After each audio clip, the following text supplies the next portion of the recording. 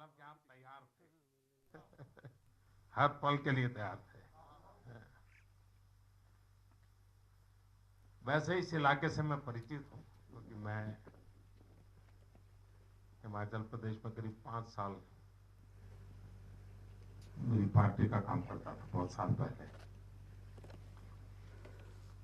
तो यहाँ तो हम लोगों को एंट्री नहीं थी, लेकिन जहाँ लोग हैं वहां तो मेरा जाना आना होता था। साल में 3-4 बार आता था, लेकिन इस बार मैं बहुत सालों के बाद आया। 2001 के बाद मैं पहली बार आया और दीपावली के इस पावन पर्व पर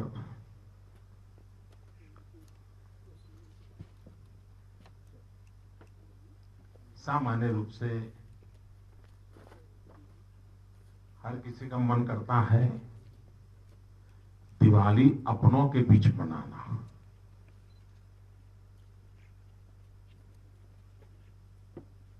मेरा भी मन करता है दिवाली अपनों के बीच मनाऊं, और जो अपने हैं उनके बीच आया हूं। और इसीलिए हंसते खेलते हुए दिवाली मनाने आया हूं। आप लोग अभी सीमा पर जाना है, सब चेहरा मत बनाइए।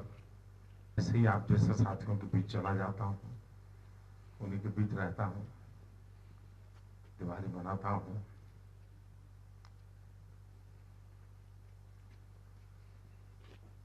और ये काम मैं प्रधानमंत्री बनने की बात कर रहा हूं, ऐसा नहीं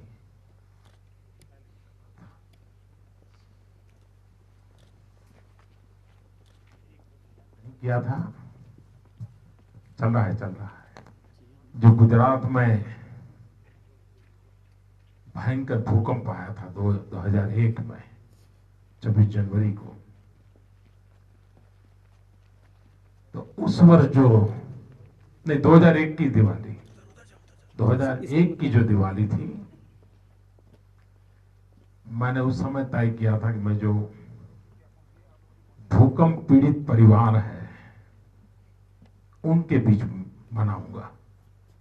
तो उस वर्ष मैं चाहे सीआरपी हो, चाहे बीएसएफ हो, चाहे फौज के लोग हो, उनके बीच नहीं गया था। अन्यथा मैं कई वर्षों से दीपावली के दिन देश की सुरक्षा में जो लोग लगे हैं, जिनके कारण देश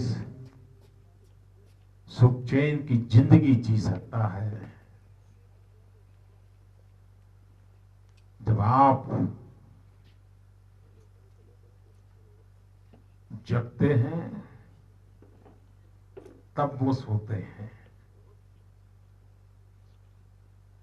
अगर आप न जगते तो उनके नसीब नींद भी नहीं होती। और इसलिए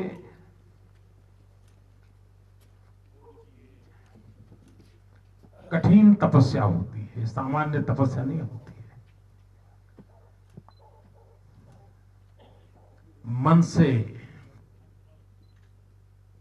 देश के लिए कुछ करना जो भाव रहता है। सामान्य व्यक्ति इस तलाश में रहता है कि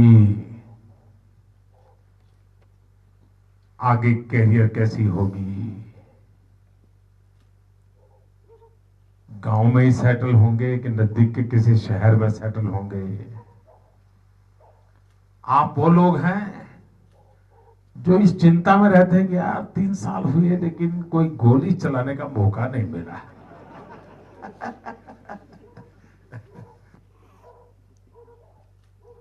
दुश्मन से भिड़ने का अवसर नहीं आया, यही दिमाग में रहता है आपके। और ये इसलिए रहता है तो उनका भाग्य, भारत का भविष्य,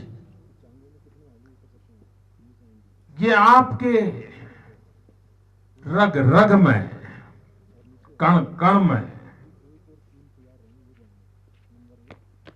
लिप्त है, पूरी तरह घुमे गया है।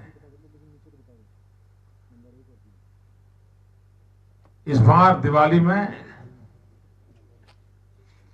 आप लोग यहाँ मोबाइल फोन वगैरह कनेक्टिविटी मिलती है? नहीं मिलती है। हाँ, उसका कारण है कि वो तुरंत सामने भी मिल जाती है। मैंने इस बार, इन दिनों सोशल मीडिया की जरा ज्यादा ही प्रभाव है, तो देशवासियों को रिक्वेस्ट की थी कि इस बार संदेश टू सोल्जर, अब मैंने तो दिया संदेश, अपनी भावनाएं व्यक्त की, लेकिन मैंने देखा करोड़ों करोड़ों हिंदुस्तानियों ने इस बार दिवाली का दिया जवानों के नाम पे जलाया। पूरे देश में ऐसा माहौल,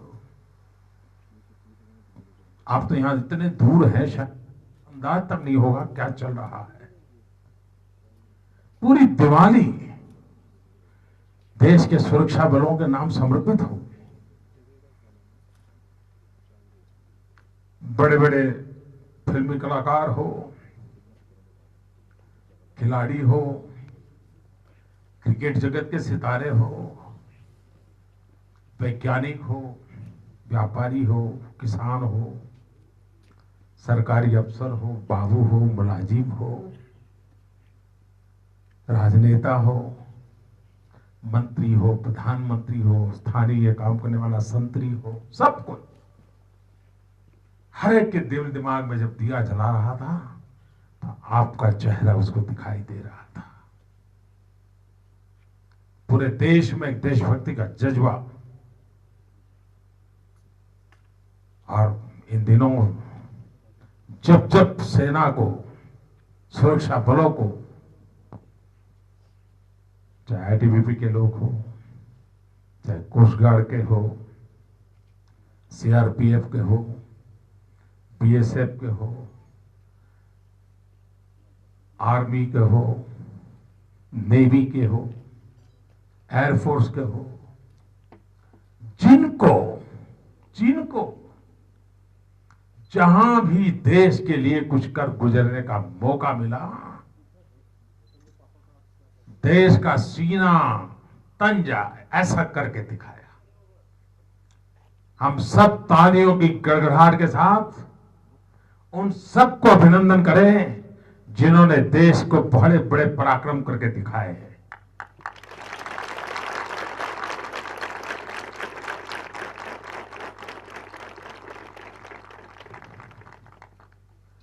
जिन्होंने शहादत मोली है वो तो देश के लिए अमर हुए हैं। उनके परिवारों ने भी बलिदान दिया है,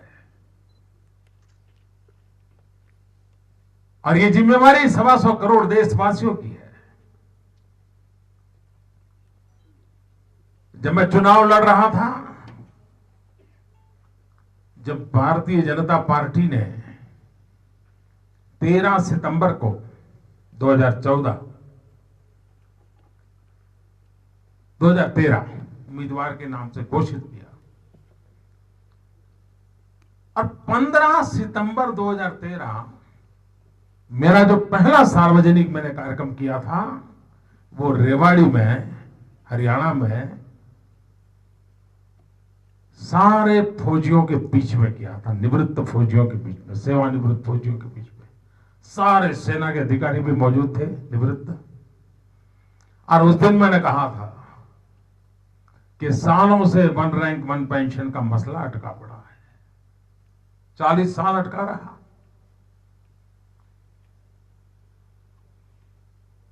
और जो सरकार में बैठे थे वो पता भी नहीं था कि है क्या चीज। बड़ा दुर्भाग्य देखिए, कुछ लोगों को लगा कि ओआरओपी नहीं आएगा तो शायद फौज के लोग हमारे खिलाफ कुछ कर देंगे। जो निवृत्त हैं वो अगर मैदान में उतर गए तो चुनाव तो हमारा गया समझो। तो उन्होंने क्या किया, 500 करोड़ रुपया बजट में डाल दिया। उनको लगा कि 500 करोड़ से गाड़ी चल जाएगी। अच्छा, मुझे भी लगा चलो भाई इन्होंने 500 करोड़ दिया, हो सकता है 1000 करोड़ होगा।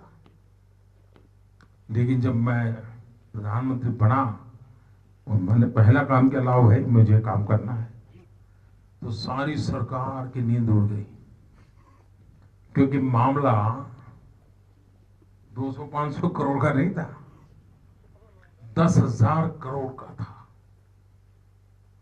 तो मैंने फौज के लोगों से रिक्वेस्ट की, मैंने कहा भाई मैंने तो वादा किया मुझे पूरा करना है, एक किस्त में तो देना ही सरकार की ताकत ही नहीं है। अगर आपको इतराज ना हो तो 4 किस्त में करते हैं। फौज के लोगों ने मेरी बात मान ली और 4 किस्त में उसकी सबको पैसे उनके घर मनी पहुंच जाएंगे। पहली किस्त पहुंच चुकी, करीब 5,500 करोड़ रुपए दे चुके हैं।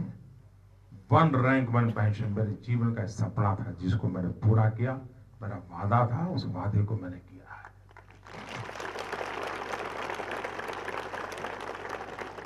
जितनी बातें फौज की तरफ से मेरे सामने आती रहती हैं, मेरा लगाव भी है आप लोगों के प्रति, अपनेपन का लगाव है। प्रधानमंत्री तो अलग चीज है, उससे ज्यादा कुछ है मेरा आपके लिए। तो आपके बीच आज आने का मौका मिला, बातचीत करने का अवसर मिला। बाद में मैं आप सबसे मिलूंगा। शायद वो लोग फोटो चाहते हैं, तो उधर देखेंगे तो थोड़ा एक बार तो फोटो हो जाएगा। सब लोग उधर देखेंगे। हाँ। शिवराज पीछे हो जाओ, शिवराज पीछे हो जाओ। सबके साथ निकालूंगा फोटो, तब जाऊंगा मैं।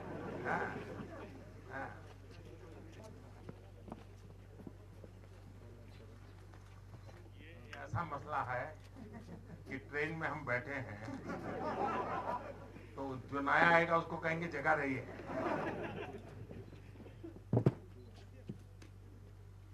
तो यहाँ सभी प्रदेशों के हैं।